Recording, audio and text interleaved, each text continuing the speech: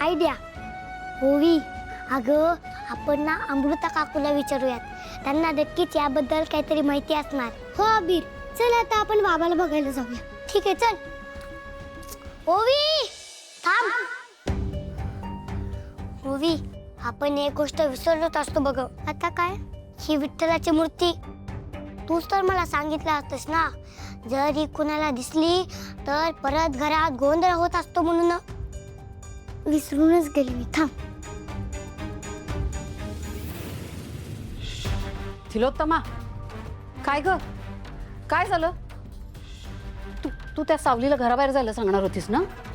मग का नाही सांगितलंस? आणि हे अशी शांतपणे का चालत निघून आलीस तू? तिलोत्तमा, मी तुला काहीतरी विचारतीये.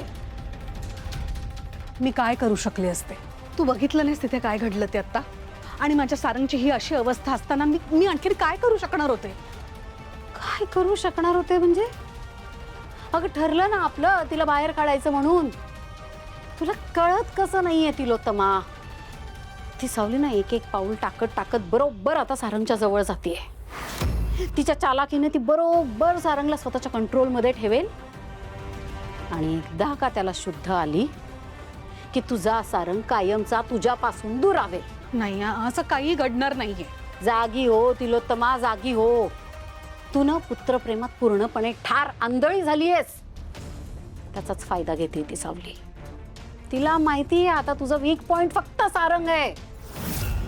आणि त्याच गोष्टीचा फायदा घेऊन ती आता या घरात ठाण मांडून बसणार आहे. ती कधीच जाणार नाही इकडनं. माझ्याकडनं लिहून घे. नाही, मी असं होऊ देणार नाही ना. पण तिला माझ्या घरातून जावंच लागेल. एकदा का सारंग पूर्णपणे बरा झाला की मग तिला या घरातून मी काढेन आणि परत कधीच या घरात घेणार नाही. अगं त्याच बोलीवर मी तिला इथे आणलंय. हो का? मग कुठे कॉन्ट्रॅक्ट पेपर्स?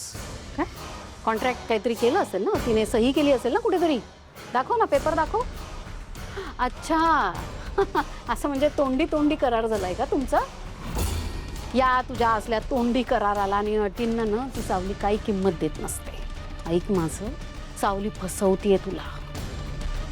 सारंग एकदाचा शुद्धीवर आला की मग सारंगचं नाव घेऊन, सारंगच्या प्रेमाचं नाव घेऊन, त्याच्या आडून ती या घरावर हक्क सांगणार. इथून ती जाणार नाहीये आणि सारंग शुद्धीवर आल्यावर तिला जाऊ सुद्धा देणार नाहीये. आहे तुझी हिंमत सारंगला सांगण्याची की आता तू बरा झालायस, आता हिने या घरातनं जावं? सांगू शकशील? बस भैरवी. भैरवी प्लीज, माझ्या प्रत्येक निर्णयावरती शंका घेऊ नकोस. माझं घर कसं चालवायचं, कसं सांभाळायचं मला चांगलंच ठाऊक आहे. ठीक आहे, मला माहिती आहे तुला तुझं घर सांभाळता येतं, पण या क्षणी तुझं डोकं चालत नाहीये.